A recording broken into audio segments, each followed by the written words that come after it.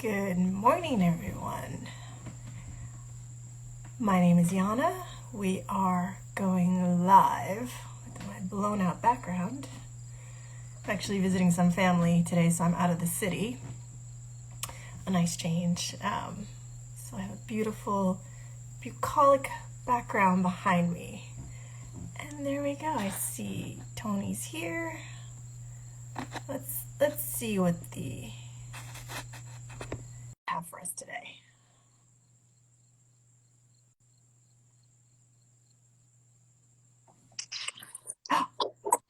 Hello.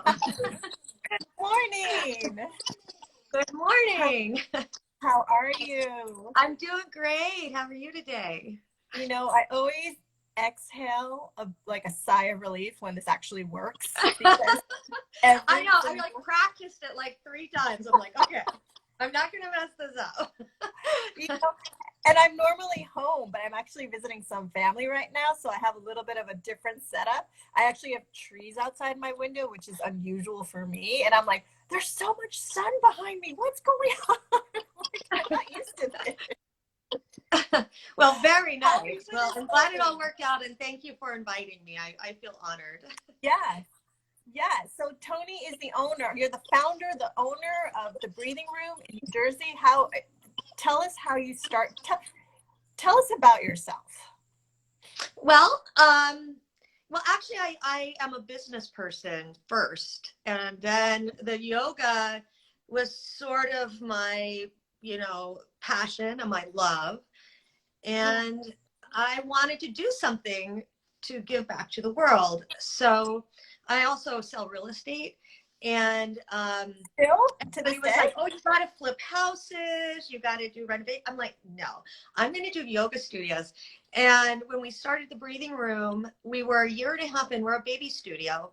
We were a baby studio at the lockdowns. So, the challenges are prolific. But, I have a great team who works with me, and I couldn't ask for, better support and so much love. So we've been very, trying to be diverse, Yeah. but we're doing really good. But the studio is great. With the studios, I actually had to, but I closed one. So I didn't just start one studio. I had to start 2 studios, but that's just the way I roll. But anyway, yeah.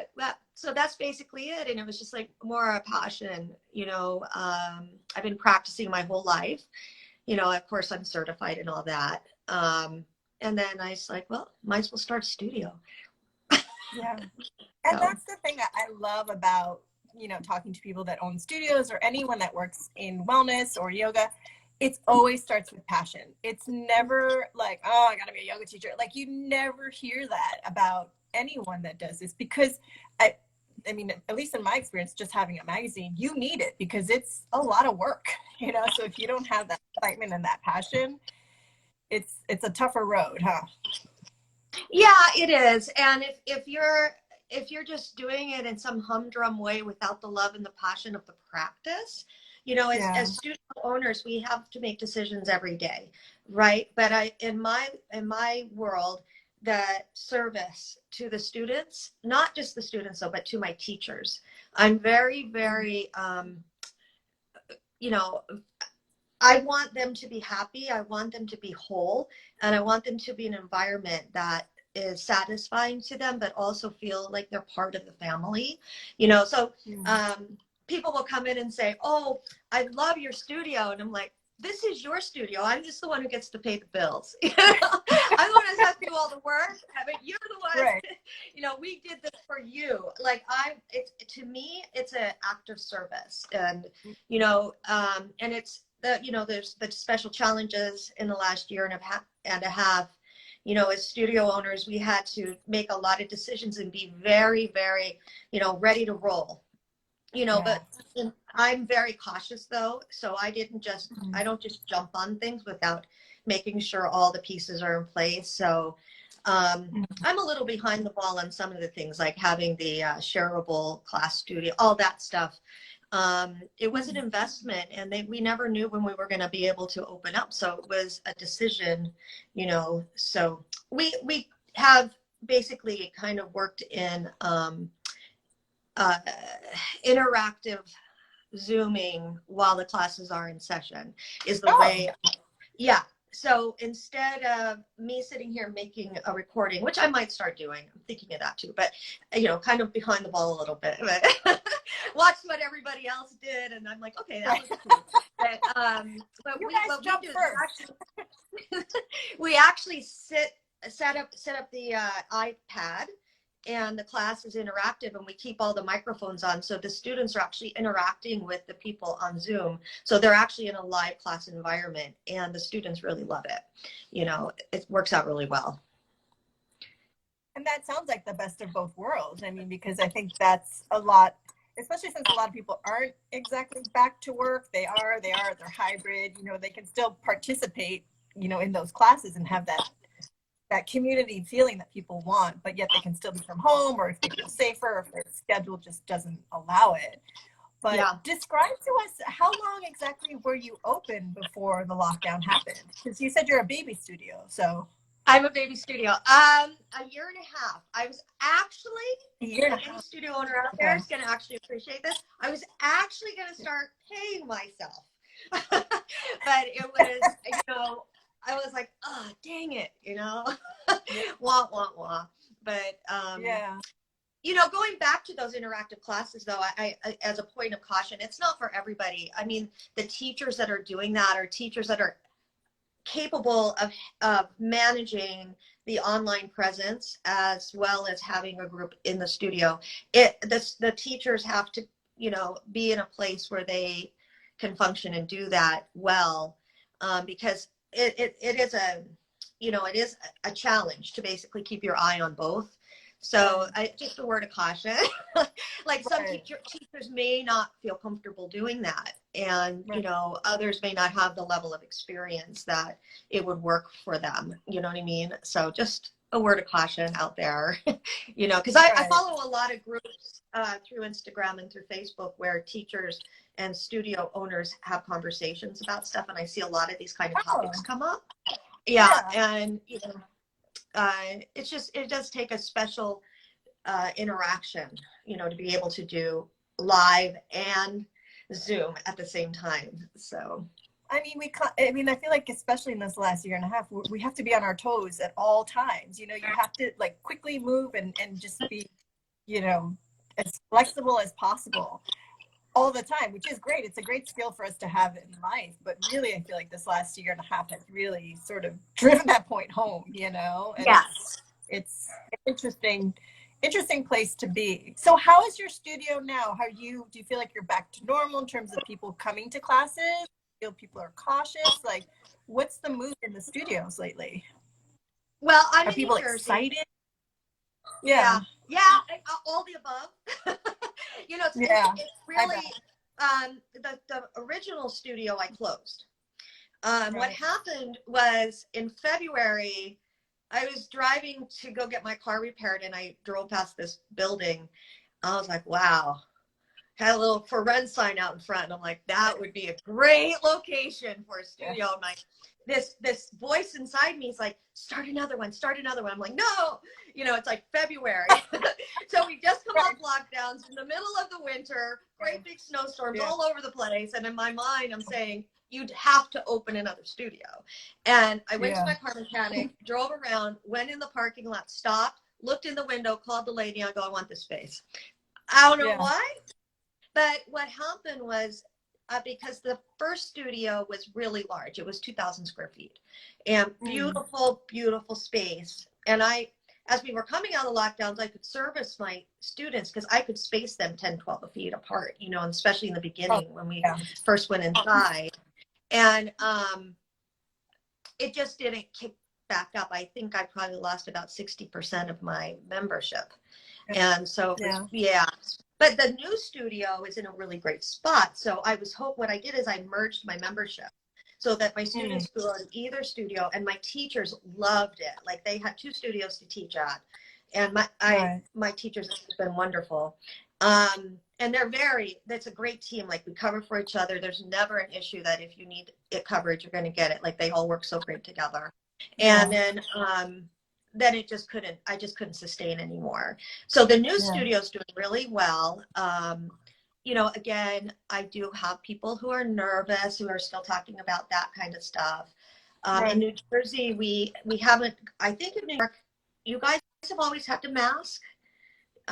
You know, we could, I actually, one of my students was actually the health inspector in town. So every decision I made in my studio, like she was there to give me the acid test, you know? Like one of my students was actually the health inspector. So it was really That's a good and bad thing. It was really great to have that resource. And, you know, and I was always overly cautious, you know what I mean? And, you know, she was really great to work with. So she was a really great guide for me. And I opened inside classes July 22nd, 2020, and we did it safely, not one issue, you know. And I think that comes down to respect more than anything else. If people weren't feeling well, or they were with someone who had, you know, had the COVID or whatever, or had been thought that they didn't come around, you know, they quarantine themselves for 10 days. Even teachers who were going to teach in an hour would call me and say, you know, gosh, my boyfriend has the, don't come in. I'll be there in an hour. I'll cover your class, you know, like, but that's how we worked it. Even the students, like, no, like, there's so much respect, and it's a beautiful thing to see. So, it's true too. And it's so interesting too, because I remember, I mean, I still have my full-time job, and the mentality was always, well, you don't feel well, just go in anyway, just power through, you know, just do it anyway. And now there's respect for others and for yourself. Like, you know what, I don't feel good. I need to take a step back and just make sure everything's okay. Like last week I thought I had allergies, and all of a sudden by the middle of the day, I had a fever of 101. And I said, whoa, what just happened here? And I ran to get a test. You know, like, that's what you do. You run and you get a test. Luckily, it was just like a weird summer cold, but, you know, we have to do that. Our health has to be our priority for ourselves, for everyone around us. But that's a good thing. Like, I like to see that change now. I like to see people saying, you know what, I don't feel good. I'm not going to power through. I'm not going to hustle. I'm going to take the rest that I need and take care of myself so that everyone around me is healthy as well. Is your family okay?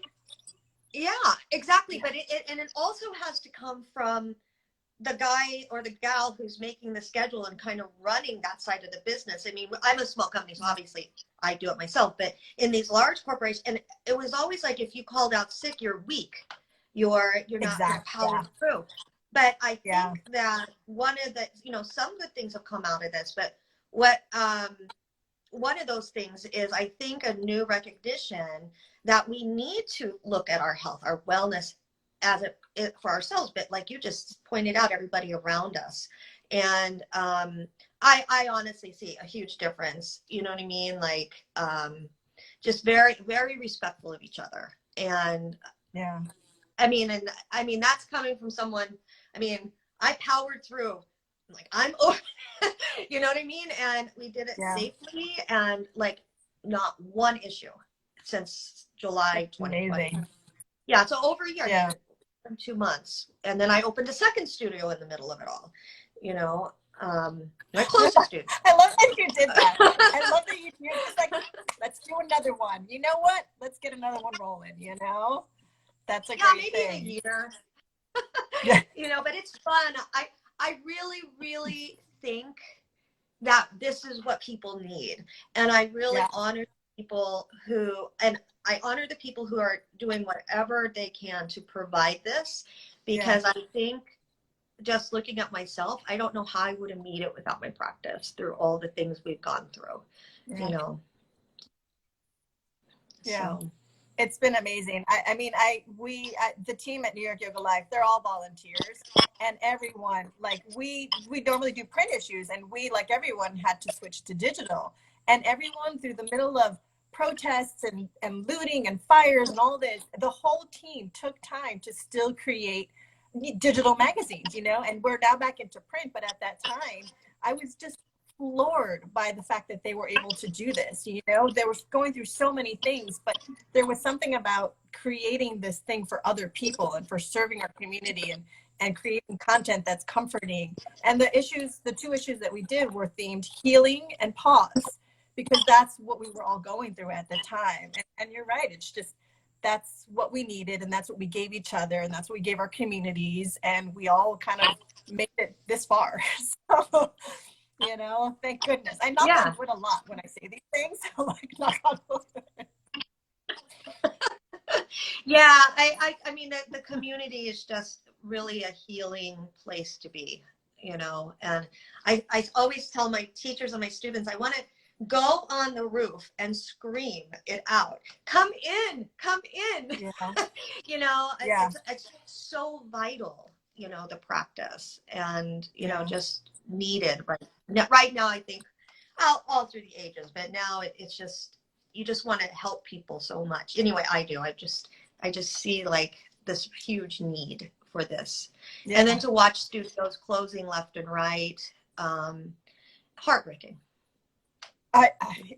We like, between our team, we would send each other, every time we heard about another studio closing or some sort of change, it was like a punch in the gut every time I read it, because I know a lot of these owners personally, and I know just the love and the strength and the time that's needed to build these studios. And when they close, like, I feel like they took it better than I did. I was like, no, I was like, you can't, you know. But it was so emotional for so many, and like, just hearing them go through this, and just the grace, and just people were just, and that's the amazing thing about yoga people, you know, it's just, they let it go, you know, and it's just part of what we were going through, and the calm and the dignity and the grace with which they did it was beautiful, you know. I cried. But it seems okay.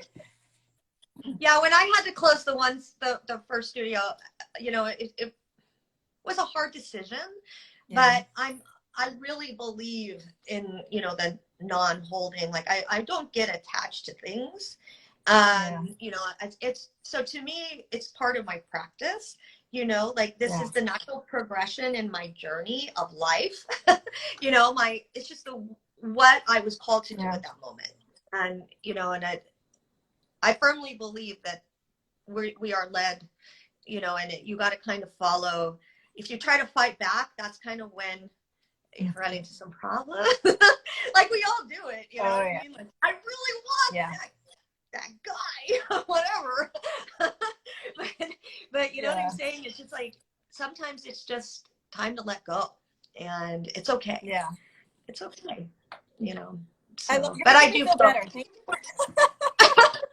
But I mean, I do feel bad for the people who lost. I mean, not just yoga studios, but especially gyms and restaurants, all the small businesses. You know, every small business owner, you know, we were sort of told we weren't essential. One of my hashtags is yoga is essential, you know, on all my posts. But I always often wondered who gets to make that decision, that the liquor store is essential and the McDonald's is essential. But what about us, you know, that's us providing wellness, be it yoga studios or gyms, and churches aren't essential? I mean, who made that decision? You know, it blows my mind, you know, like, you know, who came up with that? I don't know. Yeah. So you know, that's true, because we're sort of liquor stores did stay open. You're right. I remember they were open there was a line. I was on them, but there was I know. I was there too. Right before lockdown. Yeah, and it's true. And then everything else was closed. I know. It's a weird world we're living in, and we're still in it. We have a drugstore down the street, a pharmacy, a small pharmacy, and during the lockdowns, everybody would have to go get their prescriptions filled, but they would have to stand in line, you know, with all their stuff on and 6 feet apart, you know, to get their prescriptions. And the guy would come out of the pharmacy and all, you know, the PPE and everything. Oh, I don't take prescriptions. I don't need them. But I'm in line because they have gourmet chocolates. So, I mean, I was in line. You just said you were in line right? I'm in line. All these people are in. So the guy gets to me and he's like, okay, where's your prescription? I go, no, can I just get some of those turtles, those dark chocolate turtles? the whole one starts laughing. I'm like, hey, everybody has their own needs, right? Yeah, I love that. I love that. I remember the very first time. I love that I have to say the first time we went into lockdown, when we first, were hearing the news and everything, and everyone ran to the supermarkets, right? Because you had to stock up. And I realized I didn't know, obviously, how to shop for a pandemic lockdown. And when I looked at my basket as we were getting ready to check out, it was like I was getting ready for a party. It was like appetizers and, desserts. And I was like, this is not, but I was like, wow, it made me happy. I ate like I was at a party for the month. Yeah. So, yeah, whatever you can do to get through. Yeah, right. So what's coming up for you guys? Do you have a lot of trainings coming up or workshops? Let people know what you guys have. Yeah, I mean, we started our fall series for workshops actually Sunday, which was very timely because it happened to be a hurricane. So, well, that got canceled. But I mean, tell you, but well, one of our teachers is Sarah Bowman is a very lovely woman, but she does our gong baths for us, our sound healings. So it was a full moon on Sunday, so we were doing our first kind of back into the swing of things. Yeah, so we had a gong bath sound healing for the full moon, but we had that actually last night. We had to postpone it for a couple days, so that was that. And then so we're starting our fall series of workshops. So we're doing like yin and nidra, beginner arm balancings, things like that, meditations. And then we are starting, some CEU classes, again, tiptoeing into it because, just trying to test the waters. And of course, YA has changed some of their requirements, and we're trying to navigate around that as well. At the end of the year, some things are changing there. And of course, we kind of have to follow that lead. And then, I'm starting to get I'm actually going to reserve some spots and do some retreats next year. Hopefully we can do that. Hopefully things will by 2022 we will be able to do that on a level that we want to rather than a level that we have to. You know what I mean? Right. So yeah, just working forward through that. We do 27 classes a week right now. So we have a very full regular class. We complement the yoga practice, which is the core, obviously, is the fundamental practice in the studio. But we do complement that with Pilates. And I have a belly dancing instructor, and Amber Bliss is our belly dancing instructor. And, the ladies love that. It's belly dancing? Yeah, we do belly dancing. Yeah. And she's wonderful and fun and interactive, and she's great. And, then we do, of course, the chair yoga for our populations that benefit from that. So we're just moving forward, trying to be innovative while staying with our fundamental practices. So, our foundational practices, I should say. So. Wow. That's amazing. You guys are busy. Well, yeah, we are. I mean, we have the new studio, so we're doing a photo shoot this Sunday. We're doing the towns are now, because we're going into the fall, are doing like festivals and things like that. So we're doing a couple of those kind of things, just to, we're here, we're open, come. Well, thank you so much, Toni. So everyone, tell where you are. You're located in Jersey. You're in Englewood? No, we are in Riverdale. So Riverdale is sort of central to a couple ways. So we have a really, really great location. 287, 23 kind of merge in that area. So we have a nice central location. So it's 63 Hamburg Turnpike in Riverdale. Yeah, follow us, come and check us out. If you're not in the area, try our workshops, drop in. We'd love to meet everybody. So. And you can also take your interactive classes as well. Those are also available. Yeah, you can Zoom in, definitely. So if you're looking for some great interactive classes, you're not quite ready to get out into the studio. I mean, we do have students who travel or have homes in other places that are regular students, and when they're out, they're on the Zoom. So our teachers are amazing, like really, really, really professional, creative teachers. So we're very lucky. It sounds like you have a great community, a very tight-knit, supportive community at your studio. We do. Yeah, we're very blessed. Very, very blessed. Yeah. Thank you so much, Toni. And thank you for supporting New York Yoga Life. You are one of our partners, and we appreciate you so much and appreciate your support for everything and for helping to get, we put free magazines out in the community, and we just love working with you guys, and thank you so much. Thank you. It's so great to see you today. It was great meeting you. Have a good one. Take care. Bye. Bye-bye.